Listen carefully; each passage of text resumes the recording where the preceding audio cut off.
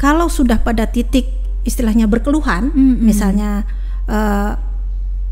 terdiagnosis gagal ginjal, kalau transplantasi ginjal itu kelebihannya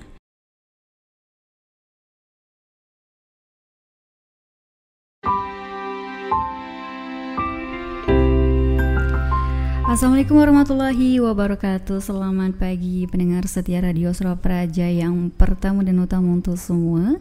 Masih bersama Tari di sini yang menemani Anda semuanya, dan kali ini kita beralih dalam program acara KUD Kunjungan Orang Dinas ya. Saat ini tentunya kita telah kehadiran narasumber di studio Radio Surapraja. Kita akan sapa terlebih dahulu ada Ibu Dr. Dwi Wirastuti. Selamat pagi. Assalamualaikum. Waalaikumsalam warahmatullahi wabarakatuh. Iya, baik Praja 102,2 FM. Tentunya pada pagi hari ini akan menarik sekali ya perbincangan kita bersama dengan Ibu Dr. Dwi Wirastuti, tentunya di mana beliau pada pagi hari ini akan memberikan banyak informasi tentunya ya seputar dengan tentunya tema yang akan kita ulas pada pagi hari ini, yaitu adalah gagal ginjal kronis ya Bu Dwi. Iya. Oke, baik Praja, tentu dalam hal ini sekaligus juga memperingati World Kidney Day atau Hari Ginjal Sedunia yang jatuh pada hari Kamis pekan kedua pada bulan Maret setiap tahunnya. Benar Bu Dwi? Benar. Iya. Oke, dan tepat sekali ya. Saat ini kita sudah menginjak di bulan Maret ya, yang tentunya juga hari ini hari Kamis dan sudah masuk pekan kedua ya. Baik Praja 102,2 FM, di sini juga akan tadi kabarkan ke ruang dengar Anda ya seputar dengan biografi dari Ibu Dr. Dwi Wirastuti, di mana beliau riwayat pendidikan beliau SD, SMP, SMA di Yogyakarta. Benar Bu Dwi ya? Benar. Kemudian juga S1, S2, kemudian konsultan ginjal hipertensi di Universitas Gadjah Mada Yogyakarta. Iya. Kemudian beliau saat ini menjabat sebagai dokter spesialis penyakit dalam dan juga konsultan ginjal hipertensi. Dan saat ini beliau bekerja di Tanjung Pandan, Kota Belitung sejak tahun 2003 lalu hingga dengan saat ini ya Bu Dwi. Iya. Dan perlu diketahui kerabat Praja, bagi Anda yang mungkin barangkali sempat menemui Dr. Dwi Wirastuti ya, mungkin juga sempat melihat di RSUD Dr. Haji Marsidi Judono Tanjung Pandan Belitung. Ya, beliau saat ini bekerja di Rumah Sakit Umum daerah Dr. Haji Marsidi Judono Tanjung Pandan ya. Baik Praja 102,2 FM, tentunya pada pagi hari ini tidak mengulur banyak waktu ya, kita akan langsung saja mungkin barangkali tentu mengingat penyakit dalam ini kan Ibu Dokter seringkali tidak kita ketahui ya Bu Dokter. Beda dengan mungkin luka yang terlihat dari luar misalnya barangkali. Kalau misalkan penyakit dalam ini kan ya harus memang pemeriksaan lebih lanjut ya. Nah, berkaitan juga dengan tadi seputar tema kita adalah gagal ginjal kronis. Nah, ini berkaitan dengan ginjal yang tentu merupakan organ di dalam tubuh kita yang sangat penting untuk dijaga nih. Nah, kiranya mungkin di sini barangkali untuk membuka perbincangan kita pada pagi hari ini, apa itu organ ginjal dan apa saja fungsinya untuk kehidupan manusia?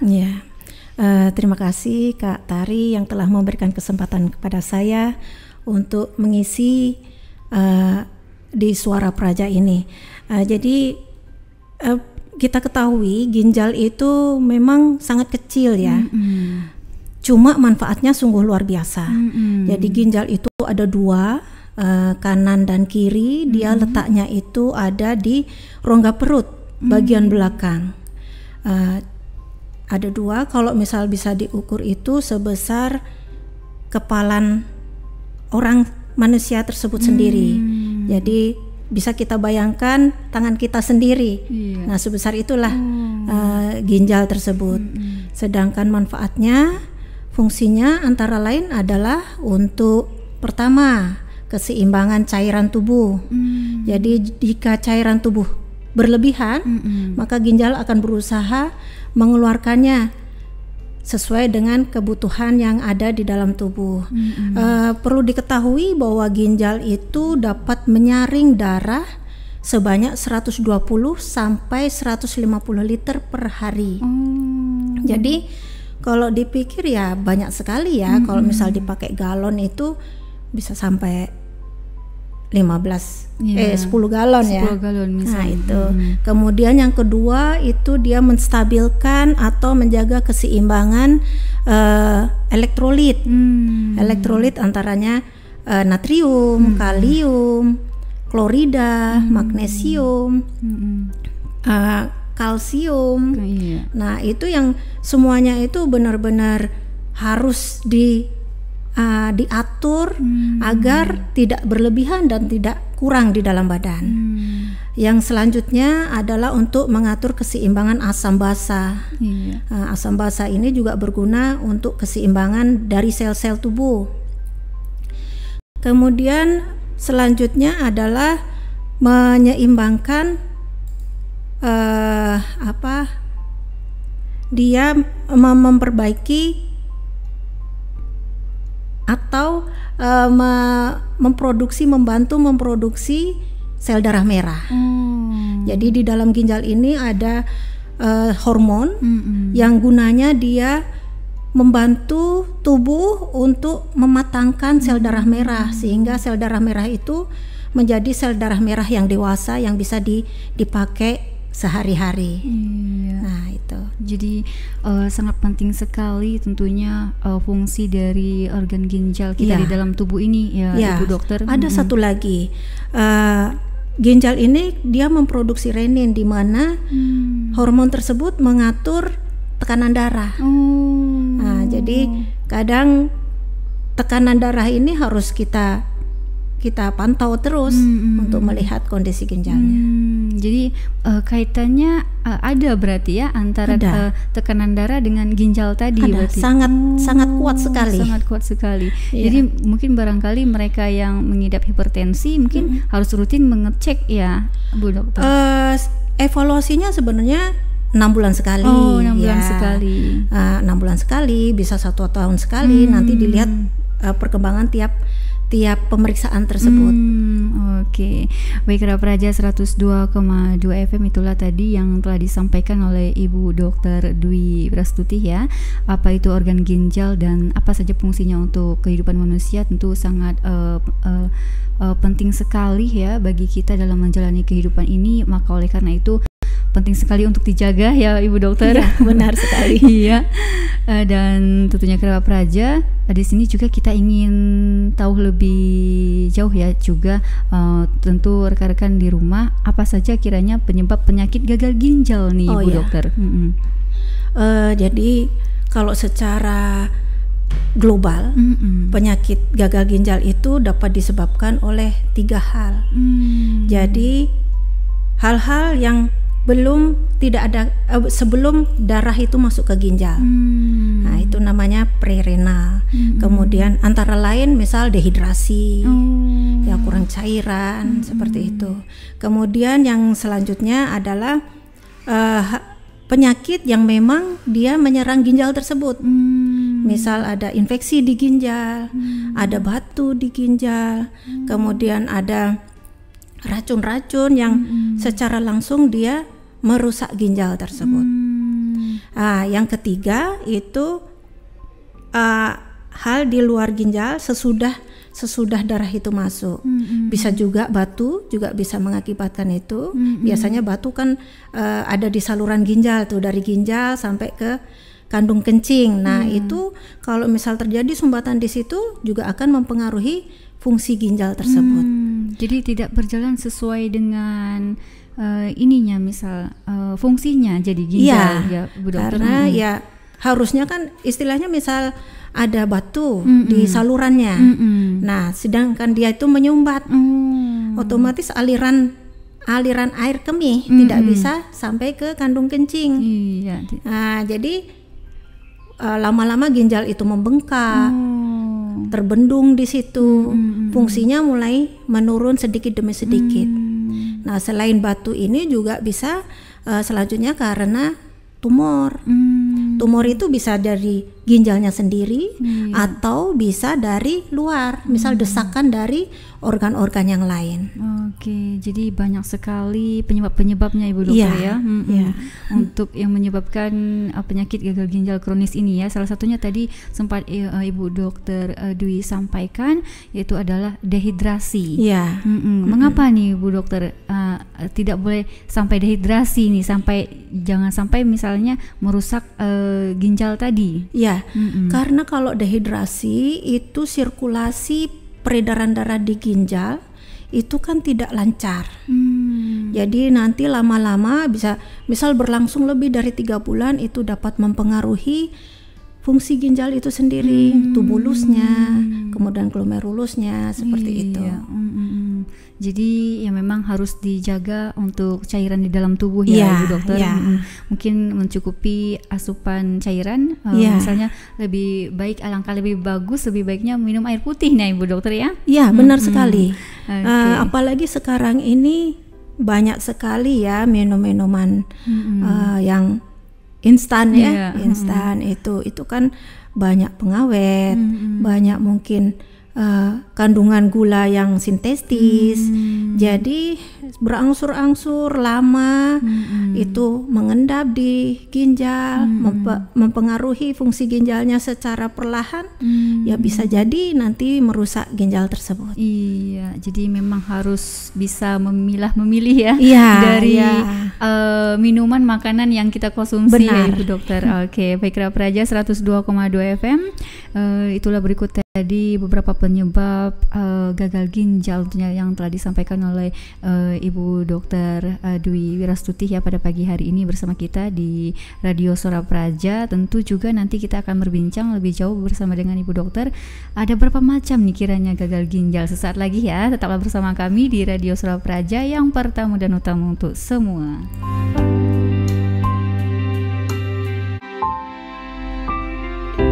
102,2 FM Radio Suara Praja yang pertama dan utama untuk semua. Iya, baik Kera Praja, kami kembali lagi ke ruang dengar Anda ya.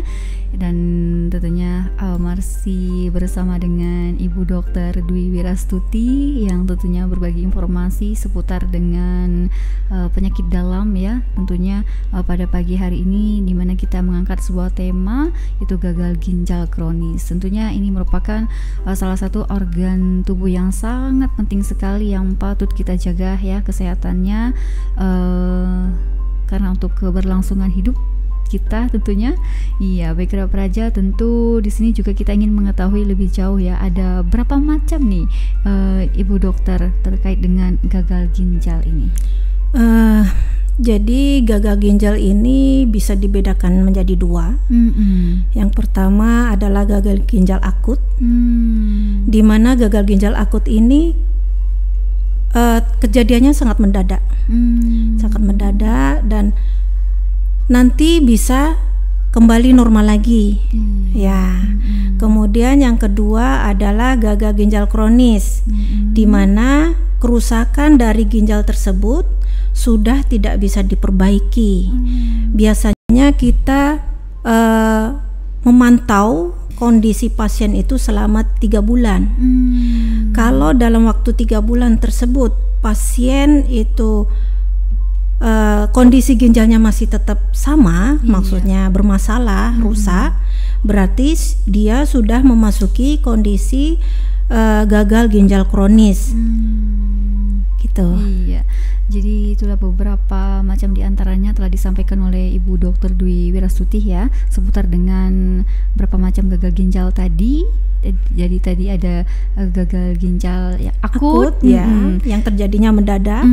Yang kedua tadi gagal ginjal kronis. Iya, gagal ginjal kronis ya, itulah diantaranya. Nah, kalau gagal ginjal akut ini tadi bisa disembuhkan Bu Dokter ya. Iya. Sementara untuk gagal ginjal kronis ini mungkin barangkali harus penanganan lebih lanjut ya. Baik, Kera Praja 102,2 FM, tentu juga kita ingin mengetahui juga penyebab gagal ginjal yang terbanyak itu disebabkan oleh apa nih Ibu Dokter? Kalau berdasarkan literatur itu paling banyak adalah hipertensi. Jadi hipertensi ini menempati peringkat yang pertama sebagai penyebab gagal ginjal. Dimana kita ketahui selama ini pasien itu tidak menyadari kalau dia menderita hipertensi atau dia menyadari menderita hipertensi tetapi tidak mencari pengobatan yang tepat. Ya, atau kadang dibiarkan saja karena kan kebanyakan kalau yang hipertensi yang sudah lama ini tidak menimbulkan keluhan. Jadi tensinya naik tapi tidak ada keluhan apapun. Itu yang sering dikeluhkan ke pasien. Nah, kemudian kalau sudah pada titik istilahnya berkeluhan, misalnya terdiagnosis gagal ginjal, nah dia baru menyadari bahwa penting ya penanganan tensi untuk ginjalnya. Untuk ginjalnya tadi, karena mungkin barangkali ada sebagian dari masyarakat mungkin barangkali mungkin terlalu lalai nih barangkali ya bisa dikatakan ya Bu Dokter. Ya, karena nggak ada keluhan. Nggak ada keluhan tadi ya. Nggak ada keluhan, jadi dipikir hal yang biasa lah tensi tinggi itu. Padahal ya nanti bisa saja menyangkut ke ginjal tadi ya Bu Dokter. Jadi oleh karena itu mungkin ya lebih bagus mungkin ya sedini mungkin mencari pengobatan dan rutin. Selain hipertensi, ini yang tingkat kedua yang kadang pasien juga tidak menyadari itu adalah kencing manis. Nah, kencing manis ini menempati urutan kedua sesudah hipertensi. Jadi kita harus memberikan pengertian kepada pasien bahwa kita harus mengkontrol tensi, gula darah setiap hari. Setiap hari ini jangka waktu yang paling bagus mungkin barangkali ya Ibu Dokter. Oke. Baik, Kera Praja 102,2 FM, tentunya di sini kami juga membuka aula interaktif ya bagi rekan-rekan yang bertanya langsung seputar dengan tema yang kita ulas bersama Ibu Dokter pada pagi hari ini, yaitu seputar gagal ginjal kronis. Nah, rekan-rekan bisa menghubungi kami di 08 1178111022, bisa menanyakan langsung melalui WhatsApp ataupun juga SMS ya. Nanti akan Ibu Dokter Dwi jawab ya pertanyaan dari rekan-rekan pendengar setia Radio Surau Praja. Iya, nanti di sesi yang terakhir ya akan kami buka line interaktifnya. Baik nih Bu Dokter Dwi Wirastuti, kita akan lanjutkan lagi nih. Kiranya pemeriksaan apa saja yang dapat dilakukan nih untuk menegakkan diagnosis gagal ginjal? Kalau pemeriksaan itu yang bisa kita lakukan adalah yang pertama periksa darah. Di situ kita bisa melihat kadar ureum dan kreatinin, di mana itu menggambarkan kondisi ginjal. Kemudian cek kencing, air seni. Di situ kita bisa melihat adanya kebocoran ginjal. Nah, dari situ sebenarnya yang paling awal, mungkin yang paling simpel adalah cek air seni tersebut. Jadi kita melihat kebocoran ginjal apakah sudah ada, baru mungkin kita bisa cek darah. Dan selanjutnya untuk memastikan kita bisa melakukan pemeriksaan USG. USG saluran kemih. Ya, kita bisa lihat ginjalnya seperti apa, strukturnya bagus apa enggak, ada pembesaran apa enggak, ada tumor atau tidak dari USG tersebut. Dari USG tadi ya, juga bisa dilakukan apabila sudah mendapati gejala-gejala mungkin barangkali ya Bu Dokter. sebenarnya kalau pasien yang sudah mempunyai risiko seperti hipertensi, kencing manis, itu sudah harus kontrol ya, maksudnya harus screening dulu, minimal 3 bulan sekali. Itu harus screening adakah gangguan di ginjal tersebut. Kalau USG mungkin bisa kita lakukan setahun sekali. Tapi kalau cek kencing, cek darah itu kan lebih bisa kita kerjakan lebih sering. Iya. Jadi ya harus memang lebih diperhatikan lagi ya, Ibu Dokter. Mungkin dari pemeriksaan ini ya, kadang kan barangkali ada sebagian masyarakat nantilah, besok lah, nggak sempet lah gitu kan. Nah mungkin untuk kesehatan apa sih yang enggak gitu ya, harus memang harus apalagi sudah ada riwayat tadi kata Ibu Dokter hipertensi ataupun juga kencing manis, ya wajib melakukan pemeriksaan screening awal paling enggak. Oke. Baik, Kerabat Praja 102,2 FM. Tentunya masih kami pancarluaskan dari Komplek Marakas ya, kantor Diskominfo Kabupaten Belitung. Kami ulangi kembali lagi ke ruang dengar Anda. Bagi rekan-rekan yang ingin bertanya langsung bersama Ibu Dr. Dwi Wirastuti seputar dengan tema kita hari ini, gagal ginjal kronis ya, dalam rangka memperingati World Kidney Day atau Hari Ginjal Sedunia yang jatuh pada hari Kamis pekan kedua pada bulan Maret setiap tahunnya. Nah, rekan-rekan bisa bertanya langsung melalui SMS ataupun juga WhatsApp ya ke nomor studio kami 081178110022. Baik, Ibu Dokter, kita akan jeda terlebih dahulu ya. Kita akan sambung kembali lagi nanti di sesi yang selanjutnya. Tetaplah di 102,2 FM.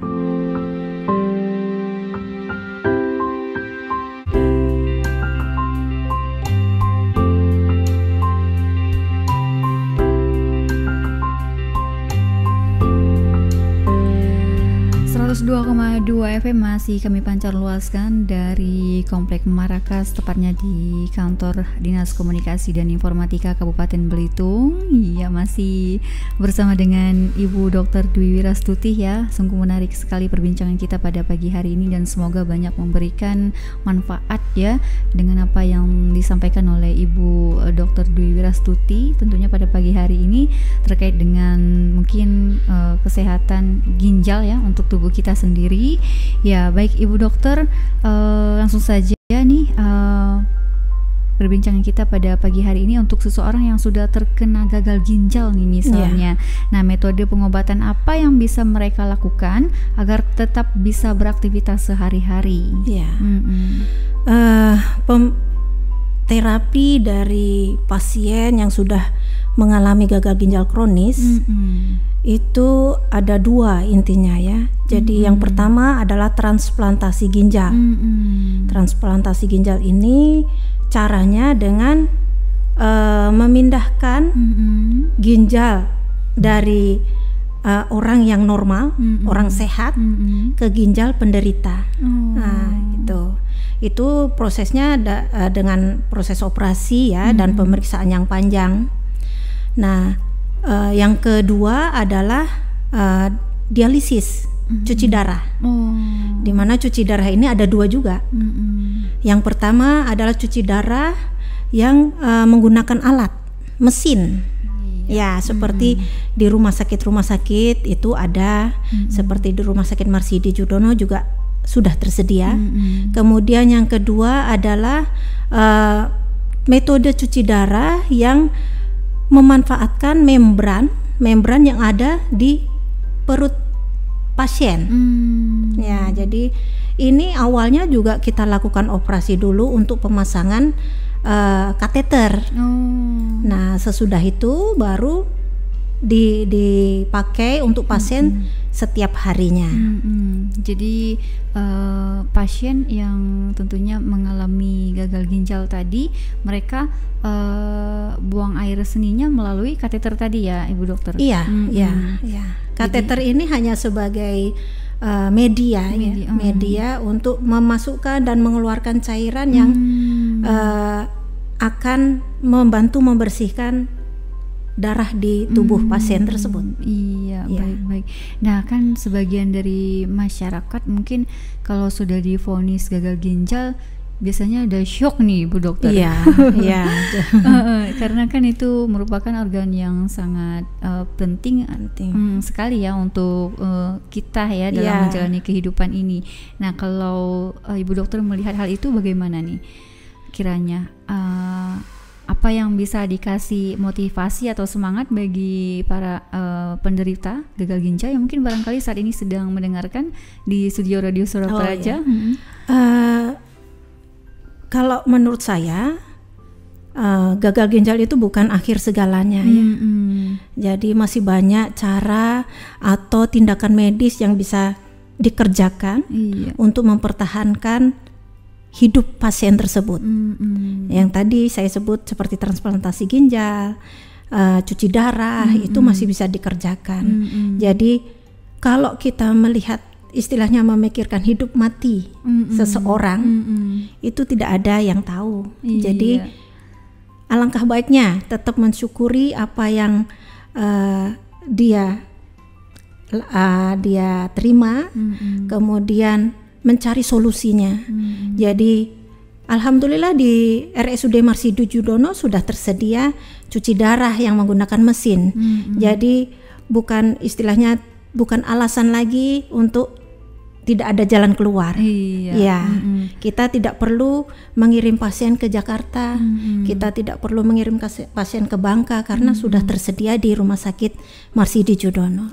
Jadi untuk di Pulau Belitung tentunya sudah memadai ya Ibu Dokter dalam penanganan. Alhamdulillah sudah. Bagi mereka yang mungkin mengidap gagal ginjal tadi bisa datang langsung ke Rumah Sakit Marsido Djudono ya. Baik, Kerabat Praja 102,2 FM, balik lagi nih Bu Dokter Dwi. Tentunya apa kelebihan dan kekurangan tiap-tiap metode pengobatan yang tadi telah Ibu sampaikan? Kalau transplantasi ginjal itu kelebihannya pasien itu udah seperti orang sehat lagi karena kan ginjalnya sudah diganti dengan ginjal donor tadi, ginjal yang baru. Kemudian dia bisa beraktivitas udah sama dengan yang lain. Mungkin nanti tensinya bisa terkontrol, gulanya juga bisa kita atur lagi. Tapi kekurangannya harus menjalani operasi, harus mencari donor yang cocok dengan pasien, karena kan ginjal tersebut dianggap benda asing. Jadi itu yang kecocokannya harus bagus. Kemudian dia juga harus meminum obat setiap hari. Sebenarnya kalau minum obat, mau pasien dengan transplantasi atau hemodialisa itu sama juga minum obat rutin. Jadi mungkin bukan kekurangan ya. Kemudian kalau yang dengan mesin yang kita namakan hemodialisis, itu kekurangannya ya pasien harus meluangkan waktu pergi ke rumah sakit minimal 2 kali seminggu, dan tiap kali sesi itu bisa 4-5 jam untuk menjalani hemodialisis. Itu kekurangannya. Tetapi kelebihannya kalau hemodialisis itu dapat menurunkan atau mengambil zat-zat racun di dalam tubuh secara cepat. Jadi udah masuk mesin, darahnya udah masuk mesin, udah langsung ditarik itu cairan yang berlebihan, kemudian racun-racun yang ada itu bisa. Kemudian yang selanjutnya adalah dialisis yang menggunakan membran perut. Itu yang kita sebut continuous ambulatory peritoneal dialysis yang kita singkat dengan CAPD. Itu keuntungannya pasien itu bisa beraktivitas seperti biasa. Kemudian tidak perlu datang ke rumah sakit 2 kali seminggu. Cukup sebulan sekali untuk kontrol dan mengambil obat. Tetapi kerugiannya dia sebenarnya bukan kerugian ya, tapi mungkin hal-hal yang perlu diperhatikan lebih teliti itu adalah kondisi kebersihan saat penggantian cairan. Kemudian resiko infeksi itu lebih besar karena kan rongga perut tersambung ke udara bebas. Jadi otomatis kuman-kuman bisa langsung masuk ke situ, tidak ada pagarnya istilahnya. Meskipun pada proses penggantian cairan itu juga harus dilakukan secara bersih, secara bersih. Gitu, ya. Jadi memang harus jaga kebersihan ini nomor ya. 1 ya Ibu Dokter. Oke, baik, Kerabat Praja 102,2 FM tentu juga kita ingin mengetahui lebih lanjut ya bersama dengan Ibu Dokter Dwi Wirastuti yang sudah hadir di studio kita pada pagi hari ini ya. Tentu banyak sekali informasi-informasi yang kita dapatkan. Nah, Ibu Dokter, apa saja yang dialami oleh pasien yang mengalami gagal ginjal kronis nih? Iya, gagal ginjal kronis ini kan bisa dibagi menjadi 5 ya, 5 stadium. Jadi stadium 1 sampai 4. Kalau stadium 5 itu keluhan tadi ya, keluhannya yang paling sering itu ya pucat, lemah, letih, cepat capek. Itu karena apa? Salah satu fungsi ginjal tadi kan membantu mematangkan sel darah merah dengan terbentuknya hormon eritropoietin tersebut. Jadi kalau ginjal sudah berkurang fungsinya, otomatis produksi dari hormon eritropoietin tersebut berkurang. Jadi HB-nya rendah terus. Oh gitu. Ya. Selain itu absorpsi, istilahnya penyerapan zat besi dari usus pasien itu menurun, yang dimana zat besi ini juga salah satu komponen untuk membuat sel darah merah. Jadi makin turun lagi jadi ya. Kemudian kalau kencingnya itu sudah tidak banyak, otomatis badan menjadi bengkak di mana-mana, bisa jadi sesak nafas. Sesak nafasnya ini juga bisa dipengaruhi oleh keseimbangan asam dan basa tadi. Nah, itu. Kemudian yang selanjutnya adalah bisa terjadi serangan jantung yang mendadak, karena kita ketahui ginjal salah satunya dapat mengatur elektrolit tubuh, ya, meregulasi elektrolit tubuh, salah satunya kalium. Di mana kalium ini kalau meningkat karena dia tidak bisa dibuang melalui ginjal, kalau meningkat dia akan mempengaruhi sel-sel otot jantung. Nah, itulah nanti jadi tiba-tiba serangan jantung mendadak. Jadi komplikasi jatuhnya Ibu Dokter ya. Iya, jadi ke semua organ jadinya. Kemudian yang biasanya orang yang kadang biasa gitu adalah mual, muntah. Nah, itu mungkin dipikirnya hanya gangguan lambung aja ya. Tapi setelah diperiksa lebih lanjut, ternyata terjadi gangguan ginjal. Kenapa terjadi mual muntah? Itu karena zat-zat metabolik, zat-zat sisa yang harusnya dikeluarkan melalui ginjal itu tidak bisa keluar karena ginjalnya rusak, sehingga menimbulkan gejala yang mual muntah tersebut. Itu. Iya, jadi jangan sampai diabaikan lah kalau sudah mendapati gejala-gejala seperti yang disampaikan oleh Ibu Dokter tadi ya. Mungkin bisa melakukan pemeriksaan lebih lanjut ya barangkali untuk pendengar setia Radio Suara Praja. Baik nih, tadi dikatakan bahwa ada penyakit gagal ginjal akut nih Bu Dokter, di mana kondisi ginjal bisa membaik dan gagal ginjal kronis yang membutuhkan terapi pengganti ginjal. Nah, jika pasien sudah mengalami gagal ginjal kronis, apa saja yang dilakukan untuk menjaga agar kondisinya tidak semakin buruk nih Bu Dokter?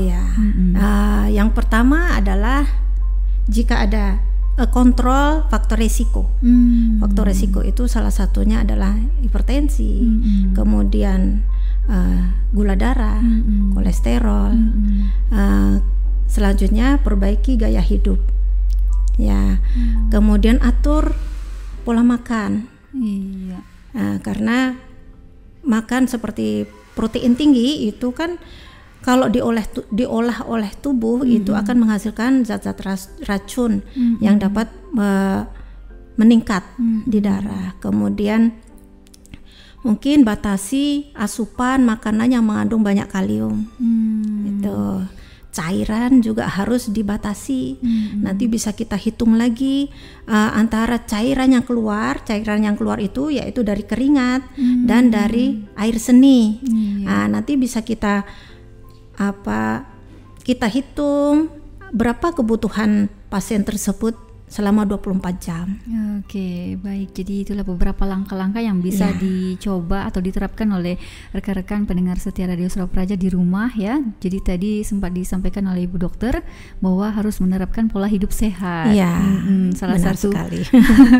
salah satu mungkin hal yang kadang-kala sering juga mungkin sepele nih barangkali dari rekan-rekan di rumah ya.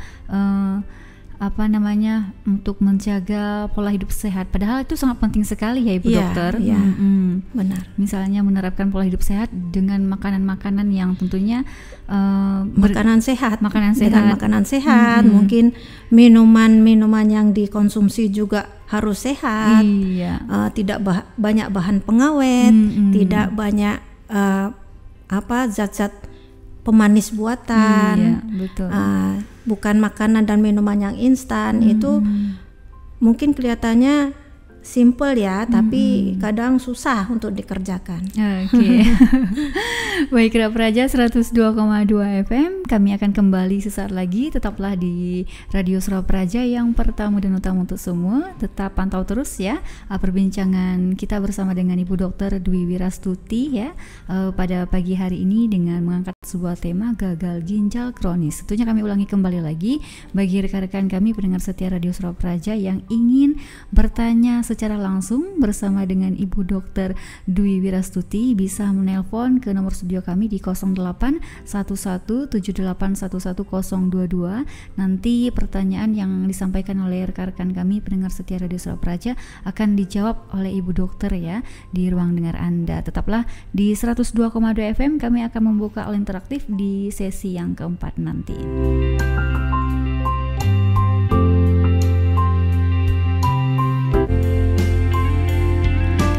102,2 FM Radio Surau Praja yang pertama dan utama untuk semua. Ya, baik Kera Praja, ini merupakan sesi terakhir kita ya bersama dengan Ibu Dokter Dwi Wirastuti. Dengan perbincangan kita pada pagi hari ini sungguh sangat menarik sekali ya. Tentu mengingatkan kita semuanya sangat penting sekali untuk menjaga kesehatan tubuh kita, terutama salah satu organ yang sangat penting ya dalam tubuh kita adalah ginjal tadi ya. Baik Kera Praja, tentunya di sini juga kita akan membuka line interaktif ya bagi rekan-rekan yang bergabung nanti bertanya secara langsung bersama Ibu Dokter di studio Radio Surau Praja.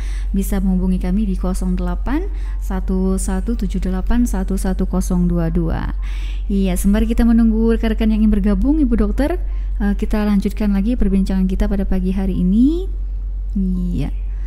Oke, mungkin kita akan jawab dulu ya Ibu Dokter. Baik. Karena ini sudah ada yang ingin bertanya sepertinya.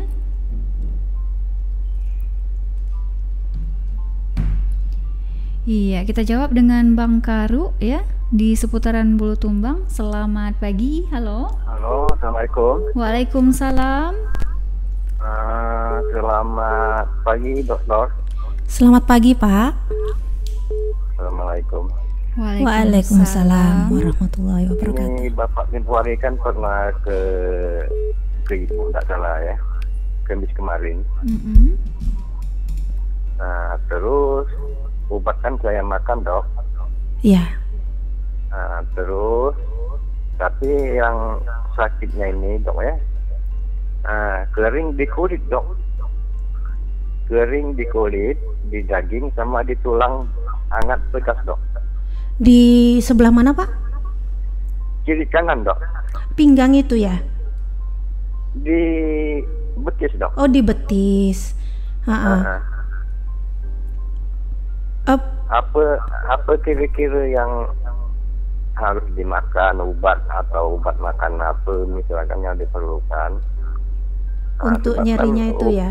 Iya, untuk menghilangkan sakit ini, Dok.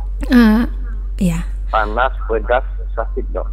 Oh ya. Jadi di tulang, di daging, di kulit, Dok. Kering ke kulit, Dok. Oh ya, Bapak ada menderita hipertensi? Stabil dok, Nggak ada. nggak ada. Stabil, Kencing manis? stabil dok, Enggak juga ya. enggak. Kemudian berobatnya itu karena nyeri di betis itu tadi ya Pak ya? Hah? Karena nyeri di betis tadi ya? Berobat Iya. ke rumah sakitnya. Iya. Ya sebenarnya gini Pak, kalau nyeri tersebut itu kan bisa nyeri karena saraf, bisa karena memang organ tulangnya atau ototnya. Jadi pertama-tama harus di screening dulu untuk penyakit yang lain, misalnya kencing manis. Kalau misal itu normal, mungkin bisa dicek untuk sarafnya Pak. Oh, sarafnya. Ya, kalau untuk obat-obatan itu nanti menyesuaikan dengan penyebab sakit tersebut. Ya, karena kan kalau kita ketahui kalau misal kencing manis itu kebanyakan juga dapat mengakibatkan gangguan di saraf. Salah satunya menimbulkan rasa sakit yang luar biasa, kemudian kebal atau seperti kesemutan terutama di kaki, tangan seperti itu. Jadi sebenarnya jangan sembarangan minum obat nyeri yang terus menerus karena Ibu kan dok, Ya. ya. Ibu Ali kan pernah di ronsen dok ya, Iya. di kaki itu. hasilnya Pak.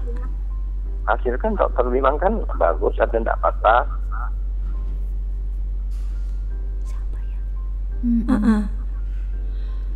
Berarti Jadi bukan gimana, dari situnya. Berarti bukan dari tulangnya. Iya. Nah, bisa dilacak dari sarafnya itu Pak. Iya. Kalau tulangnya bagus, cuma kita harus perhatikan juga gulanya. Gulanya bagus dok, Bagus. Ada riwayat Bagus. gula sebelumnya? tidak ada. Nggak ada. Oh ya, kemungkinan besar bisa dari sarafnya Pak. Jadi, Iya. jadi mungkin bisa ke dokter saraf untuk melakukan pemeriksaan mengenai saraf-saraf di kaki itu. Iya. Adakah dia istilahnya? Ya mungkin mereka bagian saraf tahu metode apa yang bisa dikerjakan. Iya, Iya. baik Bang Karu, bagaimana dengan jawaban dari Ibu Dokter, sudah jelas? Udah jelas. Iya. Jadi dok, Ya. kapan itu ke ahli saraf? Apa buka tiap hari dok? Kalau tidak salah itu hari Selasa, Kamis sama Sabtu Pak, di rumah sakit. Kami sama Sabtu. Ya, Itu minta rujukan ke mana dok? ke Vaskes 1, ke puskesmas atau ke klinik yang melayani Vaskes 1 Bapak. Oke, Bang Karu, Jadi bagaimana? Jadi ke poli saraf itu bisa dok ya, langsung. Bisa Pak, harus ada rujukan dari Vaskes 1, Oh, dari puskesmas dulu. dulu. Iya, kalau pakai BPJS. Tapi Iya. kalau Bapak mau bayar sendiri ya bisa langsung ketemu ahlinya di situ. Iya. Oke, bagaimana Bang Karu? Iya, terima kasih kembali kami ucapkan untuk Bang Karu. Ini sudah ditutup panggilan teleponnya, mungkin terputus ya Ibu Dokter. Mudah-mudahan jawaban yang disampaikan oleh Ibu Dokter Dwi Wirastuti ya, dengan pertanyaan yang disampaikan oleh Bang Karu tadi cukup ya, dimengerti ya, mudah-mudahan bisa diterima. Baik, kita sambungkan kembali ini Ibu Dokter dengan Mama Rosa. Ada yang ingin bertanya berikutnya. Halo, selamat pagi. Assalamualaikum warahmatullahi wabarakatuh, Ibu Dokter dan Kak Tari. Waalaikumsalam. Warahmatullahi wabarakatuh. Saya nak tanya ini Bu Dokter, Iya. ada keponakan, ya udah umurnya ya udah 50 tahun ke atas lah. Dia mengalami katanya sih ginjal. Iya. Udah pernah dikirim ke Jakarta, pertama sih di Rumah Sakit Marsudi Widodo. Iya. Katanya ginjal, udah ditambah darah berapa kali, kadang-kadang ada yang seminggu sampai 2 kali. Iya. Ada 4 kantong, ada 7 kantong. Udah itu setelah itu cuci darah. Ya. Jadi dikirim ke Jakarta masang alat. Ya. Dipasang alat tuh pertama dulu cuci darahnya di rumah sakit Marsidi itu di sebelah telinga itu dipasang alat. Ya. Udah itu sekali lah dipasang alat di Jakarta, sekarang lah lewat tangan, Bu. Ya. Lewat tangan. Sekarang dia tuh lah terapi dalam seminggu tuh 2 kali, hari Selasa dengan hari Jumat cuci darah. Ya. Terkadang ada juga ini bisa tambah darah lagi 4 kantong gitu. Ya. Itu gimana? Apakah itu sudah parah? Gimana Bu dokter? Sebenarnya gini Bu, kalau kondisi pasien gagal ginjal itu kebutuhan untuk cuci darah memang sudah ditentukan ya, karena dia untuk menyaring zat-zat racun atau hasil-hasil metabolisme tubuh yang harus dikeluarkan, mengeluarkan cairan yang berlebihan. Nah, permasalahan mengenai HB yang sering rendah ini juga sangat berkaitan dengan ginjal, Bu. Jadi seperti saya sebutkan tadi, karena ginjal itu memproduksi hormon yang dia gunanya untuk membantu pematangan sel darah merah, sehingga jika ginjal tersebut sakit atau sudah berkurang fungsinya, maka hormon eritropoietin tersebut juga tidak diproduksi dengan baik, sehingga HB-nya mudah sekali rendah, turun, karena tidak terjadi pematangan sel darah merah. Selain itu juga karena kondisi gagal ginjal ini menurunkan penyerapan zat besi dari usus, sehingga itu memperberat kondisi anemianya, sehingga minumnya juga dibatasi, Dok. Iya, iya. Satu botol aqua yang sedang tuh sehari. Iya. Kalau kita makan nggak berkuah. Iya. Kalau dia berkuah, itu lebih dikurangin lagi. Banyak gitu. Iya. Gimana itu? Kadang-kadang ada sekali aku lihat pembengkakan di muka, di badan-badan gitu. Iya. Sampai sekarang masih 2 kali seminggu, tiap hari Selasa dan hari.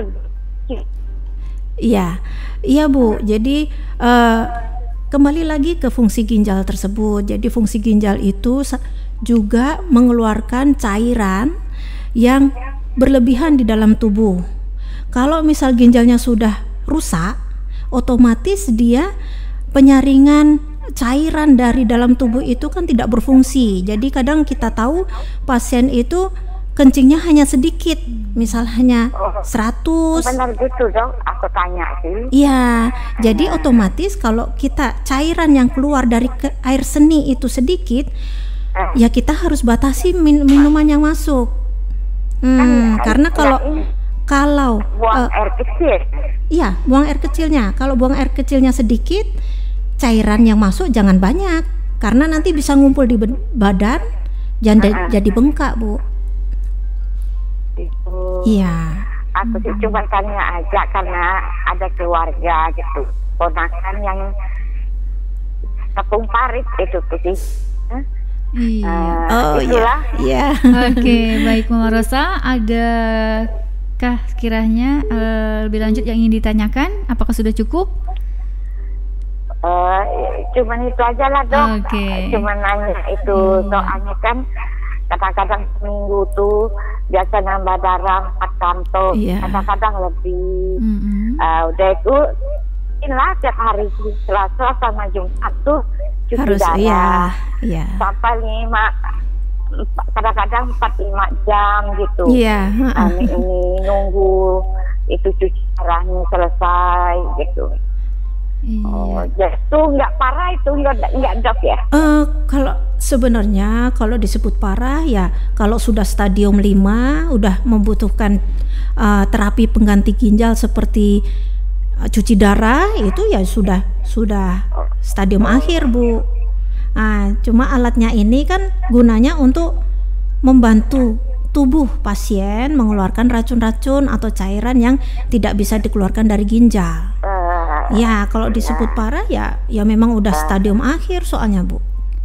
Itu kan masang alatnya kan waktu itu kan kalau di Marsudi Yudono belum ada, jadi harus ke Jakarta. Iya, benar. Jadi dipasang alat Jakarta. Setelah pasang alat di Jakarta, dari Jakarta langsung udah dijemput dan sakit di Dono lagi langsung.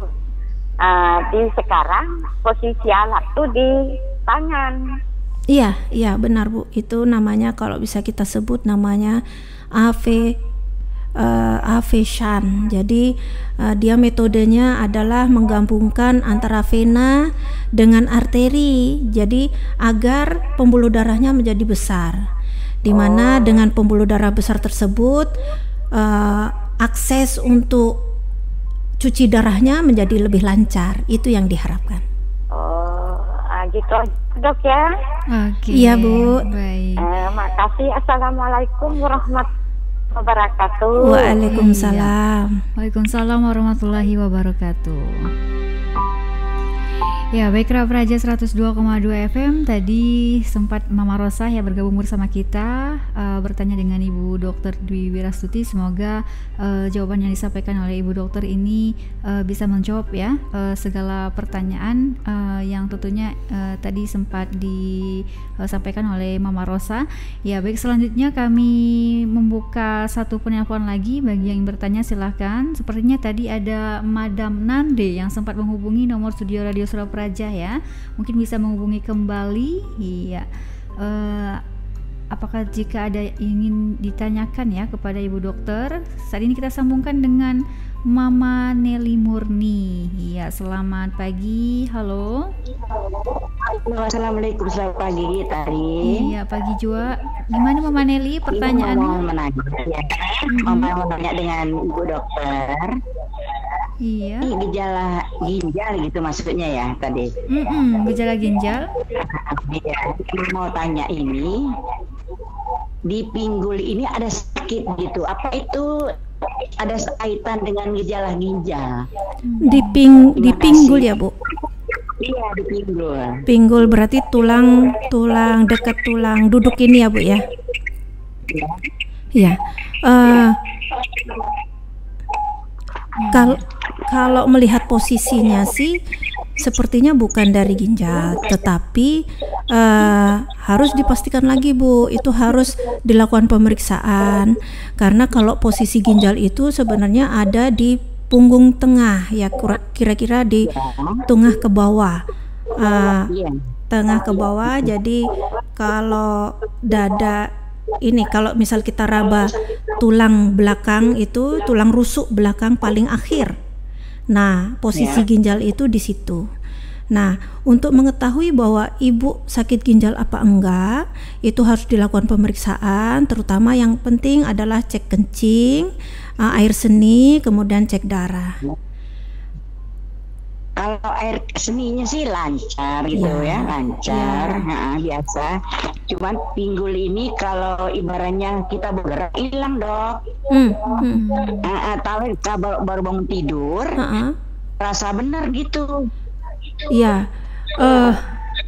Tapi kan itu posisinya belum tentu di ginjal ya, Bu ya, karena di pinggang ya. Pinggul ya, di pinggul ya. Di pinggul. Ya, saya rasa kalau hal tersebut harus memerlukan pemeriksaan fisik, Bu. Jadi saya harus memeriksa kondisi yang sakit itu di sebelah mana. Nanti baru bisa saya tentukan keluhannya di bagian mana. Nah, kalau di pinggul itu cenderung di bagian bawah ya, Bu ya. Saya rasa itu hanya bagian tulang saja. Nah, nanti digabungkan dengan keluhan-keluhan yang lain. Ya, Dok. Ya. Mama mau nanya lagi nih ya. Apa boleh ikut ini gerakan senamnya macam mana gitu? Kalau maaf, untuk usia ibu kalau boleh saya tahu? Saya udah masuk 71, Dok.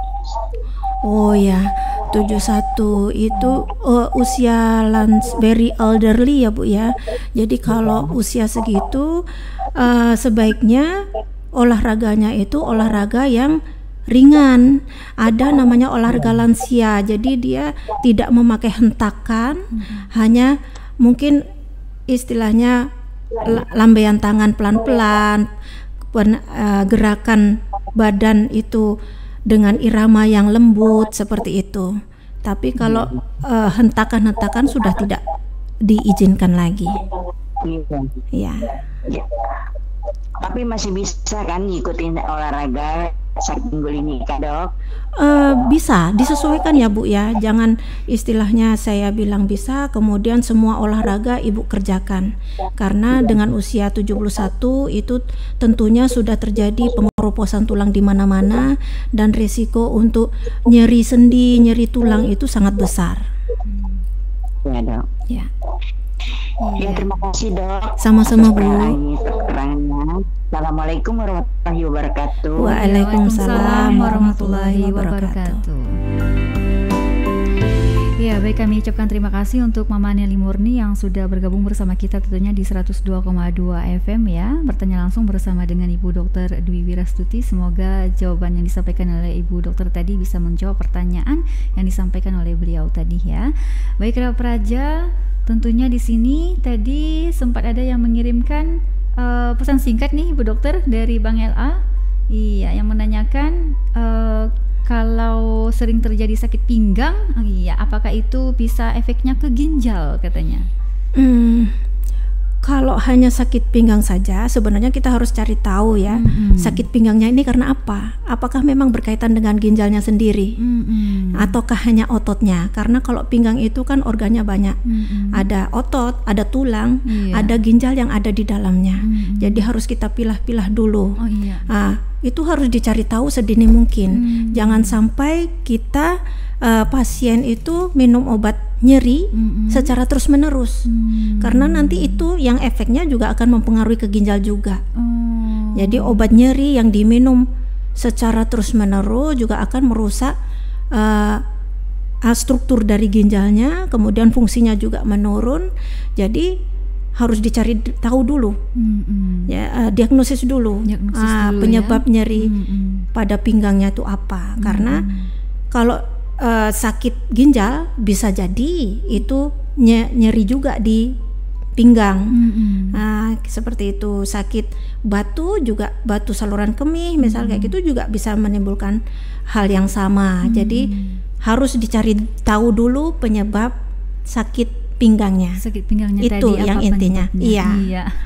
Baik, semoga bisa menjawab pertanyaan dari Bang LA tadi ya, sempat bertanya pagi tadi.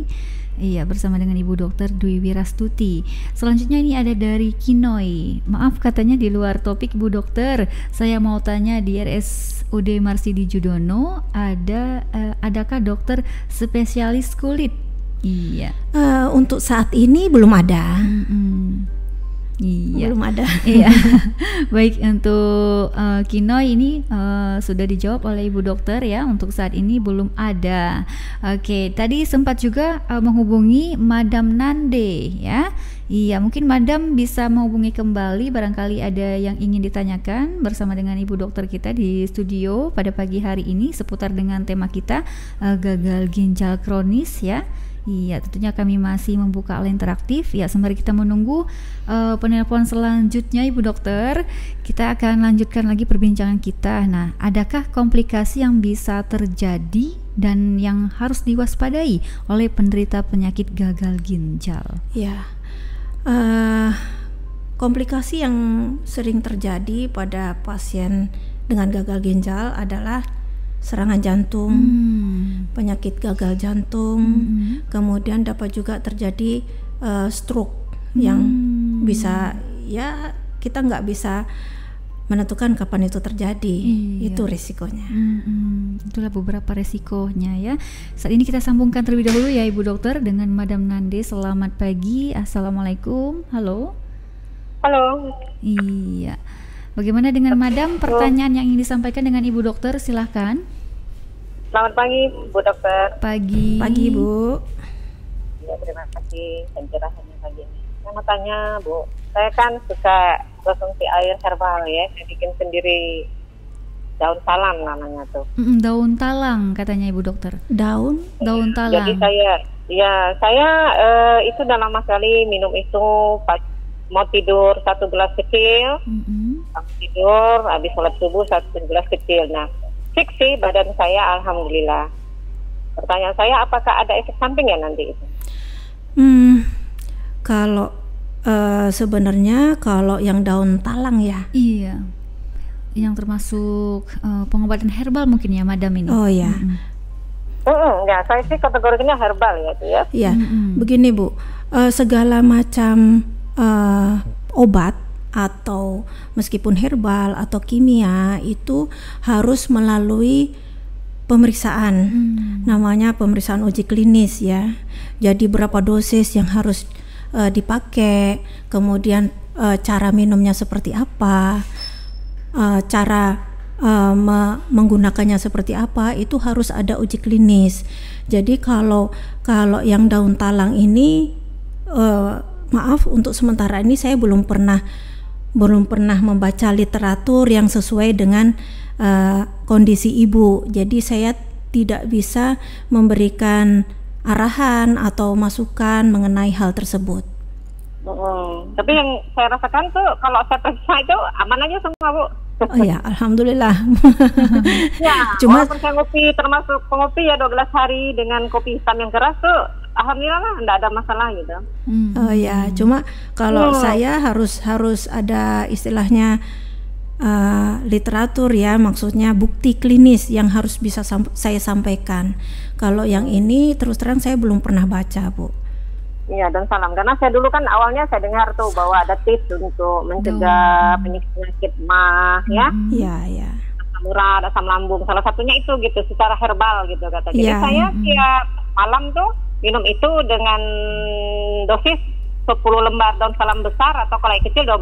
Nah, saya rebus hampir 15 menit ya kan, saya jadikan 2 gelas lah kan. Iya. Nah, saya minum, mau tidur malam jam 10, nanti pagi habis sholat subuh saya minum itu dulu gitu, saya nggak minum apa-apa. Dan alhamdulillah sih sehat gitu. Alhamdulillah. Umur saya kan 53 ya, 53 tuh ya masih ada yang bilang 40 ya umurnya. Alhamdulillah. Iya, alhamdulillah. Karena ya semua termasuk kulit juga saya nggak ada pigmen itu, bagus minum itu. Oh, syukurlah Bu. Cuma memang kalau secara ilmiah saya belum bisa memberikan masukan ya, karena memang belum ada data yang pernah saya baca, belum ada. Ya, dan yang ini diabetes kan ibu saya kan positif diabetes ya, malah dia sudah dipotong jari kaki, sudah dioperasi kaki, telapak kaki, saking sudah parahnya ya. Iya.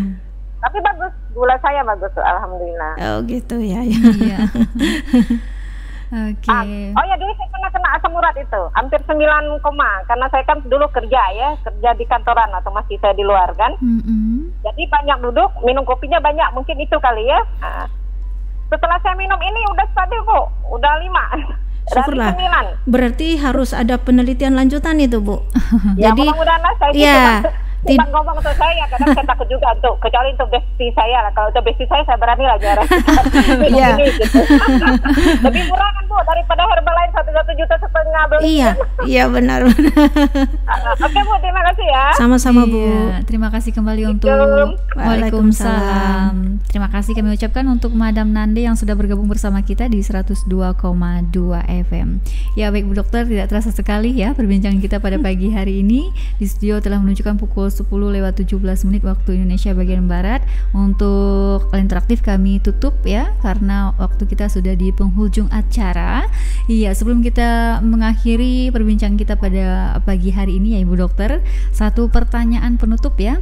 Mungkin bisa Ibu Dokter jawab di sesi kita kali ini, bagaimana pencegahannya Bu Dokter agar terhindar dari penyakit gagal ginjal? Ya, mungkin kita jadi menjaga tubuh kita agar tidak terjadi gagal ginjal ya. Pertama, kita bisa makan atau minum sehat, yang sehat, tetap beraktivitas, artinya olahraga rutin sesuai usia ya. Kemudian hindari merokok, kontrol tekanan darah, kontrol gula darah, kemudian jangan minum obat-obatan anti nyeri yang secara terus menerus yang tidak ada dasarnya. Nah, jadi itu benar-benar harus kita perhatikan. Kemudian yang utama ini ya seperti minum-minuman itu harus kita pilah-pilah. Jangan kita minum yang banyak pengawet, yang banyak